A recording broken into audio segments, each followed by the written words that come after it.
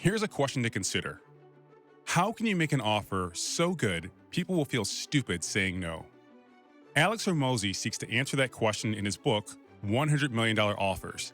And today I'm going to walk you through his process so you can craft your own irresistible offer. This is the Launch Your Business podcast, because we know starting a business is challenging, but it doesn't have to be confusing. Each week, we'll give you the tactical advice and the necessary tools to scale your business without feeling burnt out. I'm Terry Rice, business development consultant and staff writer here at Entrepreneur Magazine. Let's dive in.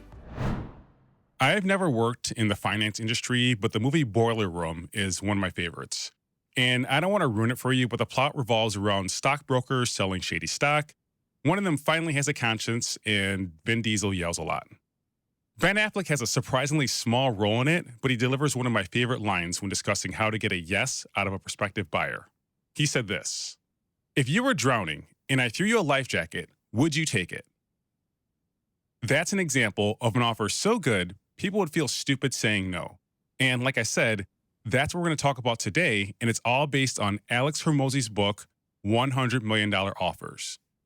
And this part's really important for you because I've seen a lot of people exhaust themselves and lose money trying to sell offers that had some kind of fundamental flaw. And with a good offer, you don't have to try so hard to sell it, and your marketing will be much more powerful.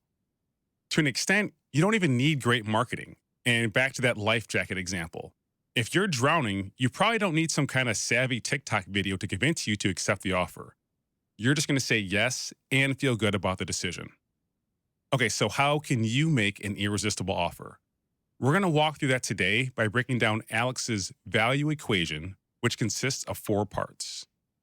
I'll share them at a high level with you before breaking down each part. And for now, just do your best to visualize the equation, but you can see it in the show notes at terryrice.co/podcast. The first is the dream outcome your audience is searching for. So what do they actually want from this offer? The next is the perceived likelihood of success. You want to increase this. Next, the perceived time delay between start and achievement. Your goal is to decrease this. And lastly, the perceived effort and sacrifice involved. And as you may have guessed, you want to decrease this as well. And just for context, I'm going to show you how I crafted one of my offers using the same formula. And the offer is essentially me providing LinkedIn training to teams at professional service providers. So for example, a digital marketing agency, and teaching them how to create LinkedIn content. So we'll start with the dream outcome that your audience is searching for. And as per the book, I'm quoting here, the dream outcome is the expression of the feelings and experiences the prospect has envisioned in their mind. And your goal is to accurately depict that dream back to them so they feel understood and explain how you will help them get there. When thinking about the dream outcome, realize that people and clients generally want the following dream outcomes: to be perceived as beautiful, to be respected, to be perceived as powerful, to be loved, or to increase their status. So back to my LinkedIn training offer, I wrote down several potential dream outcomes: getting inbound leads, increasing revenue, being perceived as a thought leader, attracting top talent, increasing team knowledge, attracting qualified candidates, getting more press and PR, building strategic partnerships, and lowering your marketing costs. So this is a lot, but to say all that is a mouthful, so I focused on one clear outcome that I'm certain I can deliver on. Here it is. I help teams create LinkedIn content that attracts leads and positions their organization as an industry thought leader. This outcome lends itself to increasing the status and respect of the organization, and of course, it will also help them make more money. So here's your first action item. Jot down the dream outcome for your target audience. But here's the issue. You're not the only one who can promise that dream outcome. And in some cases, the cheapest option will always win. Just get started. If you've ever looked for tips on launching a business, just get started seems to come up a lot. And while that's vaguely motivational, it does not provide any real direction. Because the next logical question for anyone would be, well, how do I get started? What specifically should I do? Well, if you're looking to quickly start a business without the confusion, risk, and pressure of doing something entirely new, I have got a solution for you.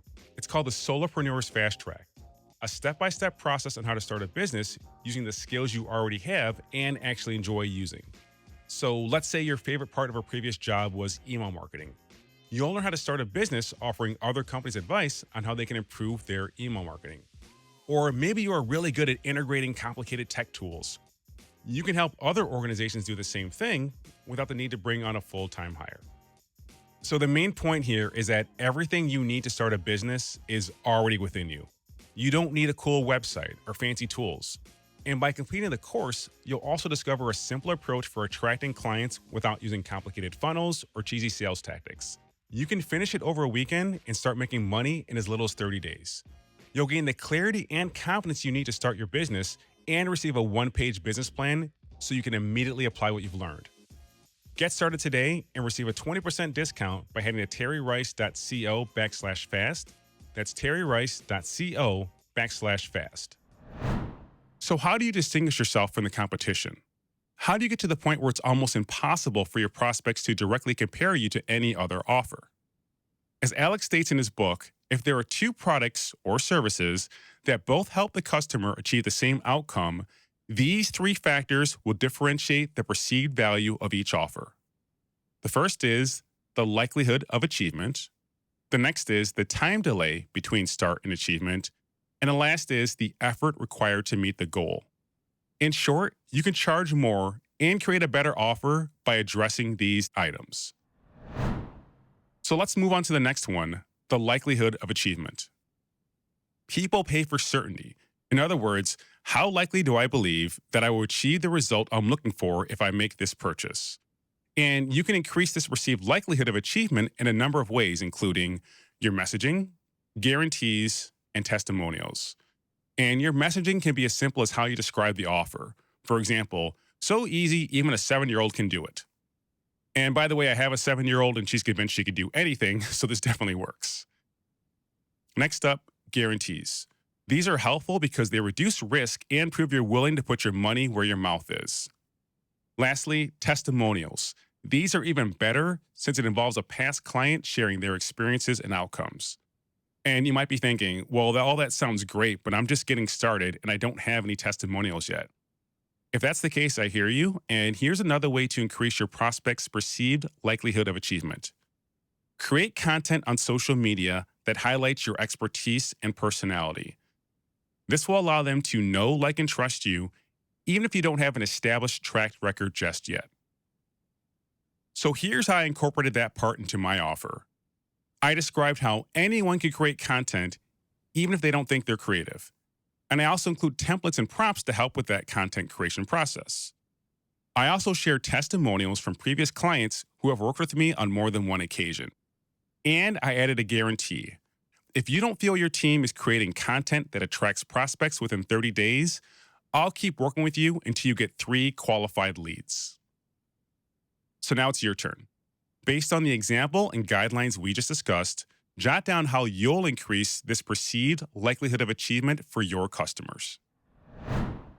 The next driver in the value equation is time delay. How quickly can we help them achieve their goal? Now, in some cases, it's impossible to quickly reach a goal. For example, let's say you're setting up a new process at a company that will take months to complete. That's just how it is, but you can still deliver a quick win. So maybe it's an audit or a custom roadmap that shows exactly what needs to be addressed in order for the organization to reach their goals. Alex makes a great point in the book that highlights the importance of speed. Fast beats free. Think about it. Would you rather wait in line at the DMV or pay $10 so you can skip the line? For many of your prospects, paying $10 sounds like a great deal since it'll save them so much time and deliver immediate results. So here's what I did for my LinkedIn training offer. I pre-recorded all the training videos as well as the associated exercise. That way, any client who signs up with me gets instant access so they can start reviewing the content way ahead of our live training.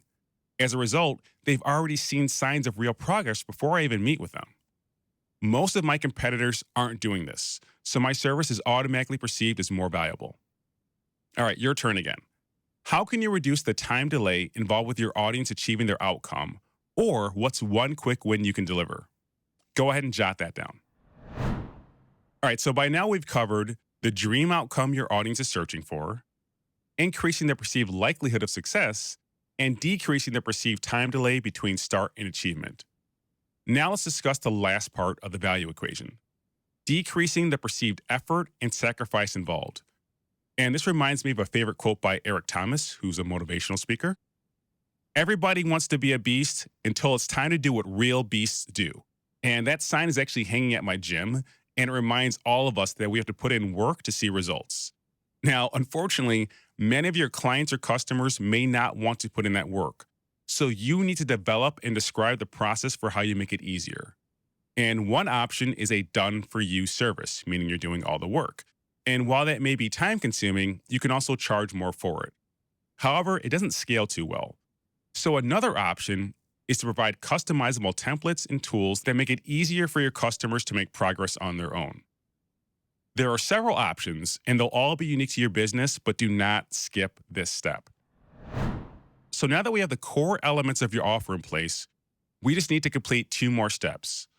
The first is aligning your audience's problems with your solutions, and the next is determining the bonuses you'll offer.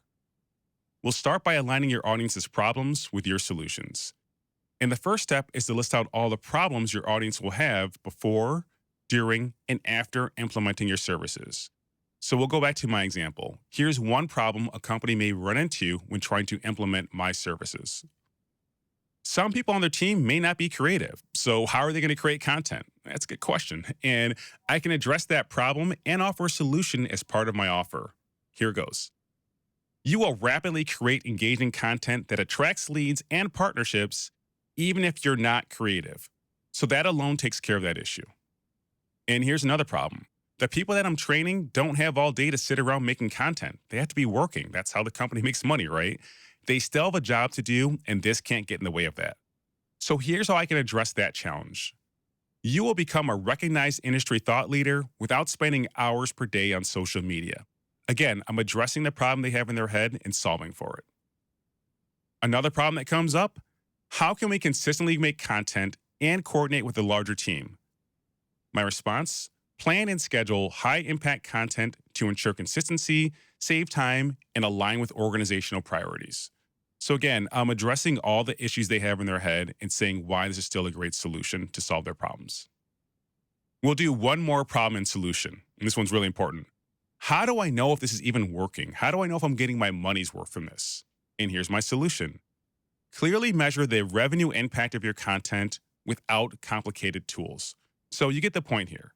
On your end, I want you to write down all the problems your audience may have and describe how your product or service solves these issues. Now, you'll eventually want to condense this. It should be 4 or 5 bullet points, and you're going to want to display that prominently on your website and your social channels. Okay, one last thing, and you'll have your irresistible offer. Bonuses. Everyone loves a bonus. Just hearing the word can catch someone's attention and increase the perceived value of your offer along with their likelihood of purchase. Alex points out how well these work during infomercials. And you've seen it before. The presenter makes some offer, states the price, and then says, but wait, there's more, before describing the bonuses. This works very well, and here's why. Since the offer and price have been established or anchored, all the bonuses make the price sound like an even better deal because you're getting more stuff. So just pretend you're watching one of those commercials and they're selling an electronic toothbrush for $40. If the presenter swoops in and says they'll also give you a month's supply of tooth whitening toothpaste, suddenly the deal becomes exponentially better. A bonus can be anything, including increased access to you, bonus videos, or complimentary products. Now, for my LinkedIn training program, I'm offering monthly office hours at a bonus. Any company that goes through my training can drop in on monthly office hours to ask questions and get feedback on their content. They have access to this service for a year and can renew it at the end. Now, this bonus is very powerful since they're not just getting one training session, they can continue learning from me as they implement what they've learned. Your turn. Determine a bonus that will enhance your offer, but be sure to keep in mind how much time or effort it will take to deliver those bonuses. And that's why tools and checklists are often better than additional services or products. So now we've covered how to create your irresistible offer. And by following this framework, you'll be able to make more money while also delivering better results to your customers. But wait, there's more. See what I did there? If you want to increase the likelihood of getting a yes, leverage scarcity. This can include a limited number of people who you can help per month, a specific number of items you can sell, or a deadline for when people must say yes. And of course, this only works if they're actually considering making a purchase, but it can be a powerful force in regard to moving people from consideration to commitment. And as Alex points out, fear of loss is stronger than desire for gain. So determine how you can make your offer more scarce and share that with your audience as well. And in regard to my program, I can only help 2 companies per month because I have a bunch of kids. And you must book at least 2 weeks in advance because I have to prepare for it. So these are authentic constraints, and mentioning them increases the likelihood of me getting a yes and getting that yes faster. So there you have it, your guide to creating an irresistible offer. And if you enjoyed this framework, I highly recommend buying Alex's book, $100 Million Offers. And you know what? Let's do something different here. I'm going to give away a few copies as well. Just share your favorite takeaway from this episode on social media and tag me at It's Terry Rice. Thanks for listening, and I'll catch up with you next time. Apply what you've learned on today's show. You'll find the show notes and more resources at terryrice.co/podcast. Again, that's terryrice.co/podcast. And the best way to support this podcast is by subscribing, telling a friend, and leaving a review. Also, you can get more tips by following me on Instagram at It's Terry Rice or follow me on LinkedIn. This episode was produced by Josh Wilcox of Brooklyn Podcasting Studio and edited by Dan Lardy. Special thanks to my wife, Dominique, for keeping our kids relatively quiet as I recorded. Thanks again for listening. I'll see you next time.